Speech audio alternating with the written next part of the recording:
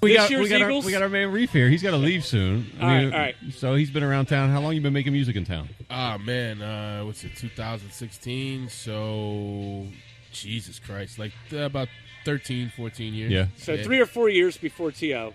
Yeah, it's all T.O. Yeah, I'm an old man. T.O. I'm an old man in the rap game, but I started young. I started putting out stuff when I was like 19, so I'm 34 now. You do it all on your own? Do you have a label? I do basically like independent contracting. So I'll put out something with one label. I'll put it out myself the next time. I'm not bound to anyone. I had situations like that in the early 2000s, but it always just people were always. I have a thing against authority, kind of, so it never really worked out. And like, I'm not an industry type guy. I just like doing the music and the shows and dealing with the people.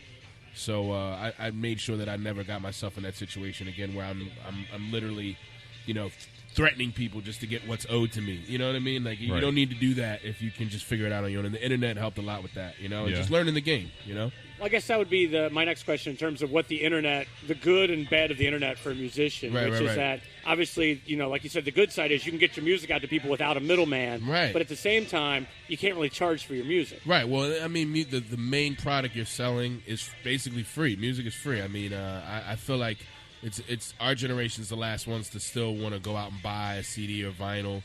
I hate to even say these kids today, but these kids today, like, they, all my little cousins, they stream and YouTube everything, and it's a gift and a curse because it has allowed people to get their music heard and out there and more accessible, so that leads to opportunities to do shows, and you're basically living off of that now. But I do miss the days where it was kind of like it wasn't so accessible, and also it's one of those things where it gave a platform for everyone to get their music out there, and not everyone should have that platform because some people are really terrible at it. I mean, the internet gave us Bieber, so you know what I mean. So, do you think that makes it harder for like good artists to get known just because there's so much clutter out there? Absolutely, I think it's hard to.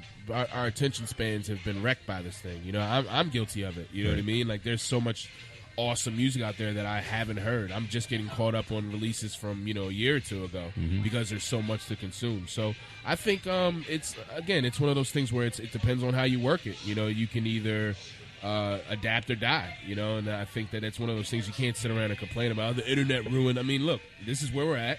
Play the game or not. You know what I mean? Like, it's really that simple. Because I pay the bills. I work for a label, and the labels are just so behind the curve. Yeah, they're still fighting the fight, and they just there's a Jerry Garcia book, and basically some people say like his model is the model of it now, like just giving tapes away, having your fans record your shows, give it away, and you make all your money off merch and live shows. And that's how the Grateful Dead amassed a good amount of chunk of change. Yeah, that's an interesting point about them being that far ahead of the curve. Right. And I know Mike is a big Deadhead, but they're coming here in 10 days. Yeah. Oh, really? Yeah. Camden. Oh, awesome. Good stuff.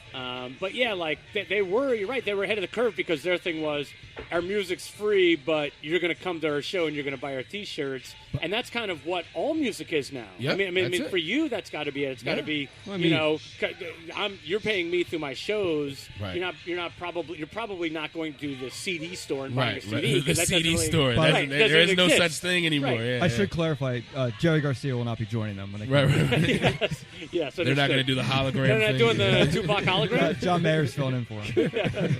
But the reality really cool, is, though. I didn't know they gave away their music for free. That's pretty. They were. They're like the first bootleg. they encouraged bootlegging. Okay. And everybody else was anti-bootleg. They were pro-bootleg. Yeah, and he would also do the fan club, like a big proponent of the fan club. If you're in the fan club, you get better seat choices at concerts and stuff. That's awesome. Yeah. Way ahead of the curve. Yeah.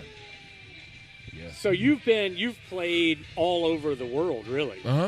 What's been like the coolest city that you've ever performed in? Amsterdam. Yeah. Quick answer. Yeah. That's my spot, man. And it's not just for the counterculture stuff. Right. It's just maybe that has a lot to do with it, but it's a really cool city, man. It's like on the water. It's like it's like a fairy tale. Yeah, everyone rides bikes. And like Yeah. they're just free, man. No cars. No right, cars. man. It's just like it's a very, very peaceful place. You feel like you're in a different world because you kind of are. So that, and then in the States, obviously, I love the Bay. I feel like that's Philly just with nicer weather and more. You know what I mean? So it's like an East Coast, but it's on the West Coast. So Yeah, so those two spots for sure. Okay. Yeah. And then you got a new album that's coming out? Yeah, new album's out July 1st, Furious Styles. It'll be available on iTunes, Amazon, all that crap. And then I'm pressing up limited run of CDs that I'll be selling directly off my website and at shows and things like that. So, yeah, I'm looking forward to it. Allegedly doing a T-shirt collab with Shibe Sports. Right. Which is my employer when I'm not on the road. And I love it there. Thank you again, sir.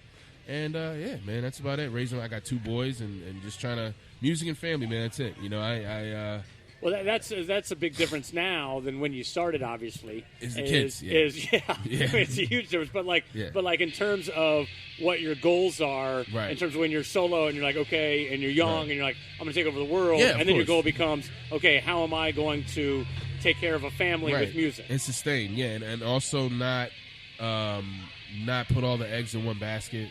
And you start thinking about the future. You know, I'm looking down the barrel of 40, man. You know what I mean? I'll be 35 this year, and your priorities change. You know what? I'm looking down the barrel of 45 in about 8 days. Oh man, well you know what? Yeah, really? Man. You're 45 in 8 days? I will be, yeah, man. Why you gotta make? Serious? You like twisting the knife, man? No, I thought he was like 41. I'm flattering the guy. No, I thought you were younger. So yeah, man, but it's it's one of those things where I definitely had periods where I was like, I wanted the money and the fame and all that. Now I just want a simple life that I'm able to do something I love to do, and continue to do that, and just keep moving. Well, what's the life expectancy on that? I mean, obviously. Well, that's the thing is that I feel like it's changing because I feel like because now you got Eminem and Kanye and Jay-Z. You got guys in their 40s. This is the first These are the first generation of hip hop artists that we've actually seen grow up and be middle-aged men still doing the music. And I feel like with rock, it's never been a question. You got Mick Jagger's old ass still dancing around at 80 years old. Right. Yeah. So I think that it's one of those things where it's almost. I find it insulting because I would never see a 40, 50-year-old dude rocking out at a corner bar with his band and be like, this old mother, you know what I mean? Like, so I don't know why it's the same with rappers. It's almost like a joke that if you're not rich and famous and you're still rapping at a certain age, you're like a loser. But at the same time, it's like that's the only music genre that does that puts an age limit on it. Now, obviously, if if you're a certain age and like nothing's coming of it and you're terrible, right, then that's the thing. But I don't feel like I'm either one of those. Do you ever have that fear though? Maybe I'm not as good as I think I am. I mean, I've never ever had any type of. It's never been an issue where the music itself didn't feel like it was banging. The moment it does is when I'll be like, all right, I'm not. Yeah. You know what I mean? As long as I and the people whose opinion I truly respect and value continue to say, yo, man, that's great, then it'll happen. But I feel like a lot of people have yes men around them, and they have people that won't be honest with them. And my fans are brutally honest, and my friends are brutally honest. And you do live in Philly, and that's kind of they'll let me know when it's time to hang it up. You know what I mean? They'll be like, all right, this guy's got to you know what I mean? When I don't feel that reaction from the crowd, when I don't, get those reviews from people that are like, this is great, that'll be the day that I'm like, all right, maybe it's time to start looking at something else. Well, you actually have like a role model in town. Our intro song is Black Landlord, so Max. I love Black Landlord. So Max is an older guy. I mean, slightly older than you, and he's still kicking it. Yeah, for sure, man. And I mean, I'm still touring. I'm heading out on the road in August and back to Europe in September. So I mean, I'm still out here, man. I'm having a ball. Do you find it's easier to make money and tour in Europe than over here? Europe is kind of the last. It's one of the last places that really still supports independent hip hop like that. Yeah.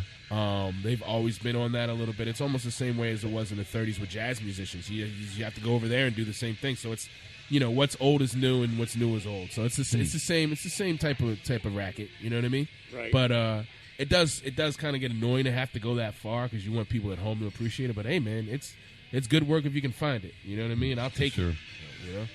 Do you remember like a song or an album as a kid that really moved you or changed the way you looked at music? Yeah, well, I mean, the holy, the Bible for me is always going to be Nas, Illmatic. That's, I was a Big Daddy Kane fan, Cool G Rap, all the pioneers, but that was the album that dropped when I was coming of age. 94, I was, 8th grade, about to go into high school, and, I had friends that were getting caught up in a lot of, street stuff and people dying, going to jail, and nobody really took that view of a kid that wasn't into. I wasn't that guy. I was never that guy. I was always more, into